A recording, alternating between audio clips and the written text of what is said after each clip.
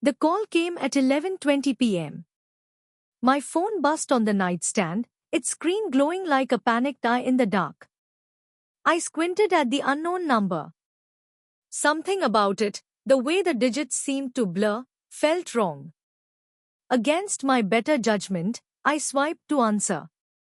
"Are you watching?"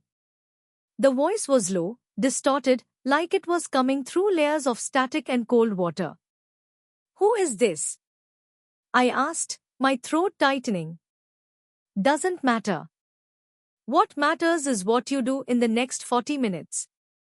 If you don't, your family dies." The words landed in my stomach like broken glass. I turned my head. My wife, Emily, was curled on her side, hair spilling across the pillow, breathing slow and even. My kids, Oliver, 8, and Sophie, 5, were upstairs in their beds. I didn't speak. "I've locked your front door. Keys are in the flower pot. You will unlock it, walk outside, and get in your car. Then you will drive to the old observatory on Blackwood Hill." My mind went into overdrive, denial, suspicion, fear, all fighting for control. I moved as quietly as possible, sliding from the bed without disturbing Emily. My bare feet hit the cold hardwood. The floor groaned beneath me, too loud in the stillness. The voice returned. 38 minutes. There's a duffel bag in the trunk of your car. Take it with you. It knew I'd hesitated. The thought of my family in danger twisted my insides. I found my jeans on the chair, shoved my legs into them, grabbed a hoodie. Downstairs, I checked the front door. The deadbolt, locked. The key in the flower pot was real. This wasn't a bluff. The drizzle outside misted my face as I crossed the porch. My old Ford sat in the driveway like it had been waiting. The trunk clicked open with a heavy, wet sound. Inside was a canvas duffel. Heavy. Something inside clinked faintly when I lifted it. 32 minutes, the voice murmured in my ear. "Don't waste time. I'm watching." The Ford's engine roared to life, far too loud for midnight. Blackwood Hill was 30 minutes away, an abandoned observatory surrounded by woods and fog. It had been shuttered for decades after a fire gutted part of its dome. I kept glancing in the mirror. Was that a pair of headlights following? I couldn't be sure, every shadow looked alive. The voice interrupted my thoughts. "You're wondering what's in the bag. Don't open it." "Not yet." It paused, like it wanted me to ask, but I stayed silent. "You think you can call the police?" "You can't. There's a camera in your living room. Try anything, and Emily never wakes up." The drizzle turned to steady rain, my wipers thudding in time with my heartbeat. "Pull over at the gas station on Route 6, the voice ordered. I did. "Pump exactly $20 worth of gas. Then go inside. The cashier will give you something. You will not speak to him beyond, 'Thank you.'" The cashier, a gaunt man with eyes that seemed to look through me, slid an envelope across the counter. Inside, a Polaroid of Emily sleeping.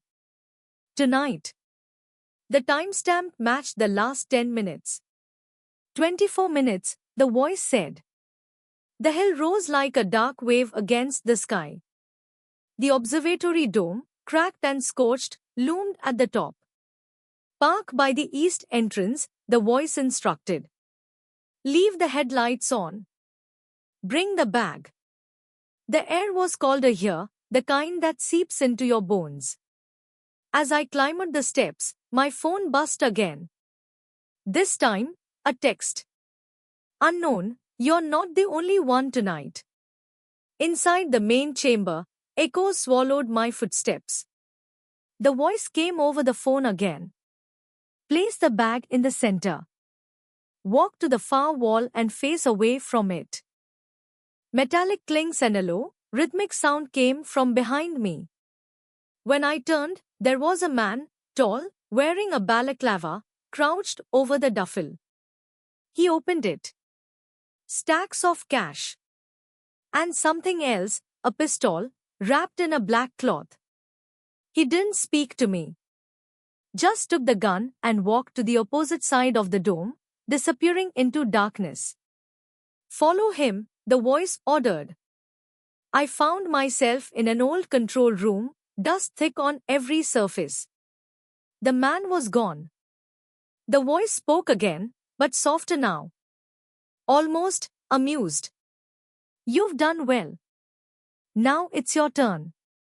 There's another person arriving soon. When they come through the door, you will hand them this note. I looked down, a folded paper in my hand I hadn't even noticed being placed there. It read only, "Do exactly as I say or your family dies." I found myself in an old control room, dust thick on every surface. The man was gone.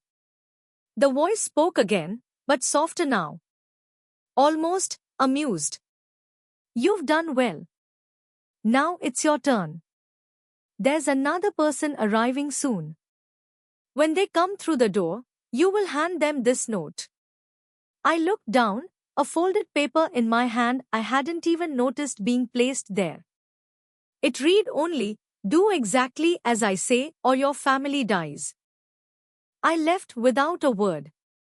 The rain blurred the road. My phone was silent now, the screen black. When I arrived home, the lights were out. Inside, Emily and the kids were asleep, exactly as I'd left them. The flower pot key was gone. I lay in bed staring at the ceiling until dawn, wondering who had done this and when the phone might ring again. Because deep down, I knew the voice wasn't finished.